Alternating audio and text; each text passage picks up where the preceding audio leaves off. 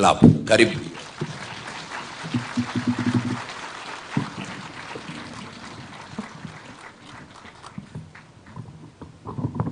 Thank you. Please be seated.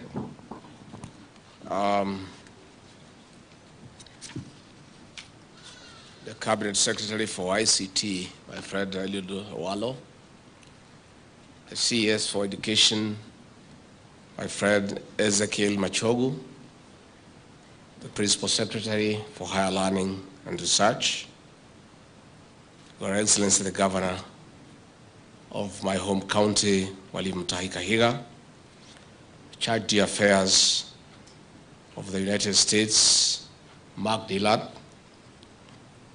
the Vice Chancellor of this great institution, Professor Kioni, the Semiconductor Technologies Limited Chief Executive Officer and Managing Director, Anthony Kithinji, the Member of Parliament for Nyeri Town Constituency, the Honorable Duncan Maina Madenge, other members of Parliament present, STL fraternity, distinguished guests, ladies and gentlemen. I'm excited to preside over the launch of the Alboran, a product of the Semiconductor Technologies Limited, here at the prestigious Dedan Kimathi University of Technology. This is one of the most advanced semiconductor manufacturing systems designed in Africa. It is a demonstration that we have the potential of leading the continent in all aspects of technology, in driving sustainable development towards the Kenya we want and the Africa we want, where nobody is left behind. I'm particularly delighted that this milestone is achieved in Nyeri, my motherland, where I was born and brought up. This means that the young people in this region have an added advantage in accessing better technical support if they align their digital startups to this innovation. Ladies and gentlemen, I allow the partnership between the Dedan Kimathi University of Technology and the STL in realizing this milestone. It is a testament that if we need to achieve our Vision 2030 and sustainable development as guided by Agenda 2030 of the United Nations, partnership is a must. I'm particularly excited that STL settled on Dedan Kimathi University of Technology, focused on solution-driven innovations. Theory education alone cannot help us emerge as a lead in digital economy in Africa. We must blend academic work with hands-on professional experience. This can only happen when we allow innovation enterprise, such as STL, to collaborate with our learning institutions. Ladies and gentlemen, it is therefore the reason that I give priority to this launch from the hundreds of invitations that I receive daily. Because anywhere that people, any program that creates jobs is a priority for President William Ruto and I. In our pillars of catapulting the country to the next level of development, the Kenya Kwanza administration has identified science and technology as the conveyor belt to delivering our promise. Demand-led innovation in manufacturing is at the heart of the Ruto administration. That is why today it is important as we launch a system that responds to the demands of the market. And indeed, the semiconductor sector is one of the most crucial components of the digital industry. Almost every electronic device we have today is built on semiconductors, from smartphones, fridges, cars, laptops, among others, rely on chips. This is because we have seen the potential of this sector in dealing with one of our most urgent challenges of youth unemployment. As a government, we want to harness creativity to generate more and decent jobs for the 5.7 million job-seeking youth so that they can contribute to the delivery of the Kenyan Kwanza plan and build their motherland. On this note, I appreciate the support of STL to the youth in offering 70% of your employment to the people between the ages of 20 to 35 years. His Excellency President William Ruto and I will offer the requisite support to our learning institutions, development partners and friends in creating jobs and other opportunities for the people of Kenya. I also seize this opportunity to thank the United States government for the support and partnership. Ladies and gentlemen, and our plan,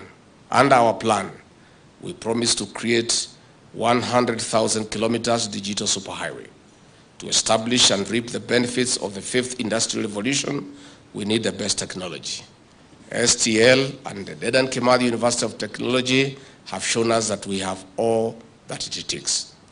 Best technology is no longer a trickle down from the developed world. With the manufacturing of semiconductors and other forms of information in Kenya, we have disrupted the status quo with bottom-up flow of technology. We are proving to the world that we are not only consumers, but also producers of top-notch technology. At this point, I acknowledge the academic excellence support from STL to the university, especially in science, technology, and mathematics. I commend the STL for training over 150 engineers in chemical, mechanical, electrical, and mechatronics disciplines. Ladies and gentlemen, the skills and ingenuity showcased in this launch of the Olboran semiconductor is a kicker towards making Kenya an exporter of technology in the region and globally. In return, this will build the reputation of our nation as a leader in solution-driven innovation, attracting more foreign investment, especially by tech giants, into the digital economy. With such efforts, I can already see the Silicon Savannah across the bridge. For this reason, I encourage STL to upscale manufacturing of the semiconductor system, silicon wafer processing, nanotechnology, materials, among others. As we also grow in technology, digital threats linger. This calls for strong cybersecurity infrastructure. Ladies and gentlemen, as we struggle with climate change, drought, food and water shortages, and other forms of challenges, I encourage the STL and Dedan Kimathi University of Technology to work closely with key players, especially in the agricultural value chain, for improved production. As I conclude, I implore STL to accelerate knowledge transfer to other leading institutions in specialized areas of bigger and better reach. I am aware that your strategic plan envisages expansion to 5 centers in Kenya by 2024 and 3 others regionally by the year 2026. Count us in that plan. With those very many remarks, ladies and gentlemen, I wish you the very best in this venture. Merry Christmas, happy holidays, and a prosperous year 2023. Asanteni sana. Just in conclusion, is to say how excited we are. As we went round the labs, we were so moved when we see our young people, young engineers below the ages of 30 driving this initiative. I want to say our young engineers, congratulations, and I have no doubt that the future of this country is in good hands. We want succession management by handing over this country, its systems, the infrastructure, the creativity, the innovation to our young population. That is our resource as a country, our young people. And what I have seen here today, I'm a very happy man, a very proud Kenyan, proud parent to see vibrant young people doing great things and taking the center stage in the technological transformation of our great country. I really want to encourage you. My only observation is that the boy child doesn't look to be in the center of the whole of this transformation. No, my wife, Pastor Dorcas, is passionate about the boy child. So still, I'll report you to her so that she can come around here and try to create some affirmative action in favor of the boy child. You know, the boy child amewachwa nyuma kidogo. So vijana tuamuke. I want to say this great institution, Professor Kioni, we want to salute you for your leadership. You've done a very wonderful job. You know, I listen to these people from the big schools. You know, they always look for an opportunity in their speech to let us know where they went to school. Especially the ones from Alliance, they are very notorious. The Honorable Kimani Ichung'wa, our leader of majority, does not let us have tea. He keeps on reminding us that he was at the Alliance. So I saw your CEO in a very clever manner circumvent his speech to let us know that he was at the Alliance. And our CS ICT was not left behind. He looked for a way to also let us know that he was in a great Maseno. So that governor leaves me and you in a very difficult situation because of where we went to school.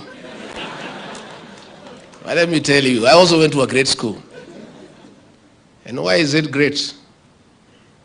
It is great because Professor Kioni, one of the most refined university administrators in this country, a man who has transformed Kimathi University to a great institution in technology and science, went to the same school with me. So you have no doubt I'm also properly learned. You know, Governor, when I was appointed running mate, these social media characters and these media, they were trying to demean me that I am very backward, I am from the village, I don't know anything. Until I appeared on that debate with Mother Karua. And within 90 minutes, they knew that I and Professor Kioni went to the great school called Kenyaga High School. So, musicheze na sisi, hata sisi tuko sawa. This guy called Professor Kioni, I want to say today, his leadership of this university to the success story that it is today has not just begun when he's a professor. When we were in Form 1, Kioni, a little boy then, like I, beat us in sciences from day 1 up to Form 4. And you see, if you see regarding Gachagua accepting somebody is good, that somebody must be very good. Because I'm also not very poor. And he was doing pure science. He was in Form 4Z. And when we did our Form 4 exam, those days the grading was Division 1, 2, 3, up to 4. And Division 1 was from 6 points to 23. Professor Kioni had a distinction 1 in every subject, 9 of them, so he had 6 points. So he is not in this university by accident. And the success story that we see today, it's not something he has just started. He was a focused scientist from the days he was a young boy. And I want to say, when his tour of duty comes to an end here, the government of the Republic of Kenya will deploy him appropriately to develop another great institution. And I also want to say this, Kimathi University is very dear to me. I come from here. It is named after Field Marshal Dedan Kimathi, the hero of our liberation struggle. The Field Marshal who led the battle in the Abadeas and Mount Kenya to drive the British colonialists and the Home Guards and the Comereras and the Tukunias out of our land. My parents were in the forest under Dedan Kimathi. We are very emotional about this institution, that it is named after Field Marshal Dedan Kimathi. So we want to say, even when Professor Kiodi's tour of duty is over and we need to change guard, we'll make sure that the team that will come here will build on what Professor Kioni has built over the years. And this is a great institution for this county. And for me personally, I'm very emotional about it because of our freedom struggle. And you know, the struggle to drive the British colonialists away from this country for taking our land and our freedom started here in Nyeri, between the two mountains, the Aberdare and the Mount Kenya. History has repeated itself. The struggle to liberate the people of Kenya from slavery by a few families started here in Nyeri a few years ago. And this great county of Nyeri is a great land. It is the land of Field Marshal Dedan Kimathi, the land of Stanley Mathenge, the land of Field Marshal Muthoni, the land of Professor Wangari Maathai, the land of the best president and economist in this country, the late Mwai Kibaki. As a county, we pride ourselves with producing great minds. And I request the governor of Nyeri and the elected leaders to work hard and keep our name high in this country. Work hard. And I say, this Thursday, we'll be burying another great man from this county, the late Honorable Eliud Matuamai, the man as Executive Director of ICDC oversaw the transformation of entrepreneurship from the white colonialists to indigenous Kenyans. The man who was member of parliament for Madeira for 15 years. And most importantly, he'll be remembered for turning around a dead KCC into a vibrant new KCC. That is a man from this county. And I keep on telling people, and I dare say, when you want good workers in this country, come here. When the late Mzee Jomo Kenyatta in his last years, and he was struggling with the age and health, but nobody knew he was struggling. He had strong people from this county behind him. The late Mwai Kibaki was Minister for Economic Planning and Finance. Duncan Degwa was the governor of the Central Bank. Eliud Matuamai was Executive Director of ICDC. Guinea Karundi was the MD of East African Rivers and Harbors. Ignatius Derry was the Director of CID. Stephen Mwangi Mureithi was the Deputy Director of the Special Branch. Isaiah Mwai Madenge was a PC Rift Valley. Eliud Mahevu was a PC Coast.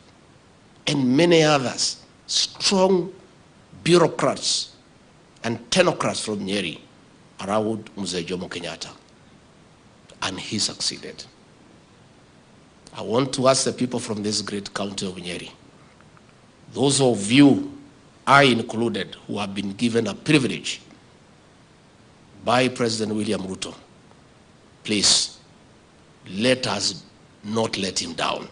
Let us hold the name of this great county high by working hard, being focused, and making sure we are efficient. We have been given from this county a deputy president. We have been given 2 principal secretaries, and more is coming. Those of you who will be identified by President William Ruto to assist him in the management of the affairs of this country from this county where I'm born and brought up. Please let us not let down the president. Let us not let down the people of Nyeri. Just the way the people of Nyeri succeeded in the 70s in assisting Mzee Jomo Kenyatta, those of us who will be given an opportunity by President William Ruto to help him in the management of the affairs of this country, let us stay true to the spirit of Nyeri, of brave, courageous, efficient men and women to drive our national agenda. So Professor Kioni, we are proud of you, very proud of you. And I want to thank the University Council. They have done a tremendous job to hold this institution high. And I want to urge every person, not just in this county, but across the whole country, those of us who have been given a privilege to serve, to give it our all, to give it our all for the sake of our country. Because an opportunity arises once in a lifetime. And when you are given that opportunity, you do what you have to do. Our young engineers, we are proud of you. We are proud of you. I'm very happy. And I have told the Vice Chancellor, I'll create time when I'm just around without all this madoido, because I'm a local guy here. Nikatie pale nyumbani mguu, nipitie hapa chaka tu nikuje. So that we look around what is happening and I get more interested because I'm fascinated by the capacity that has been developed in this great institute. Kwa hayo mengi sana, ningetakia nyinyi Christmas jema. We ask our officers in the national government, the RSC is here, the county commissioner and our police commanders, please make all the arrangements and make sure these guys have a very peaceful Christmas. Wale watu wachache wa kuharibu morokote hawa yote muwafungie mpaka tutoke Christmas, so that they can allow these people to enjoy in peace. You know, we only have 1% that is troublesome, just one, and that 1% can create hell for everybody.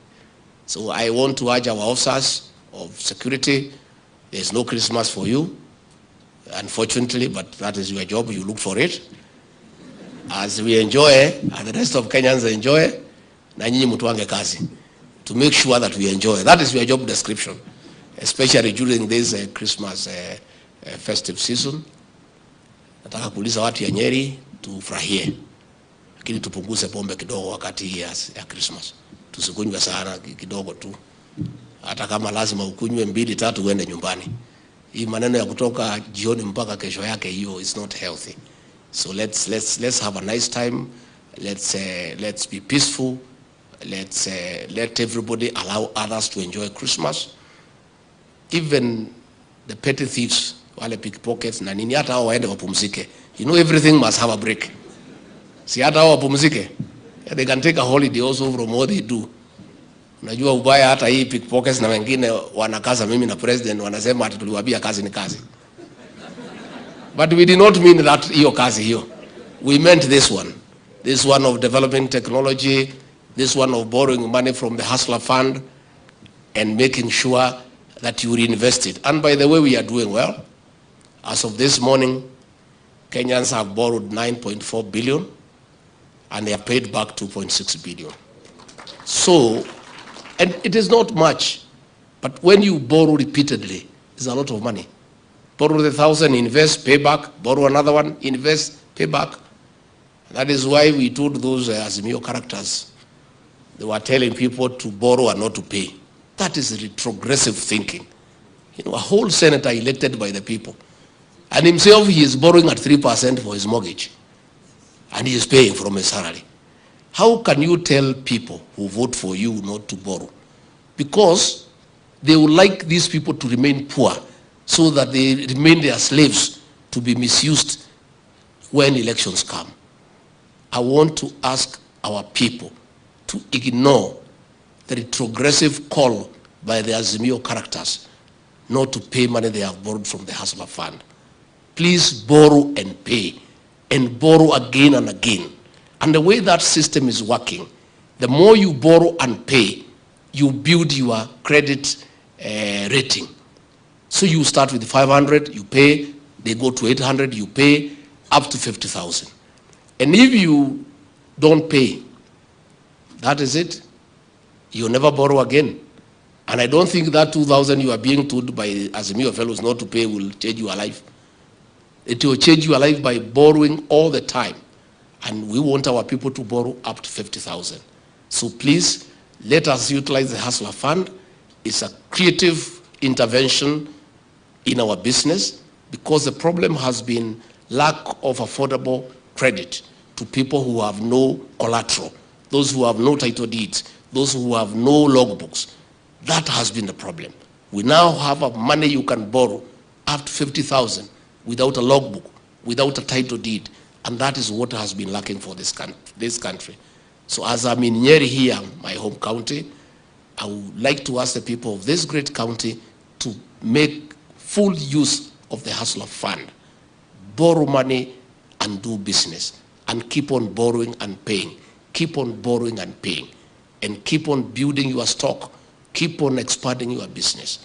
So that in another 2-3 years, you are 10 times where you were before that one. Finally, I bring you greetings from the President of the Republic of Kenya, the one and only Dr. William Samoei Ruto. Asanteni sana. May God bless you and bless you abundantly. Asanteni sana. Kindly let's be upstanding as we appreciate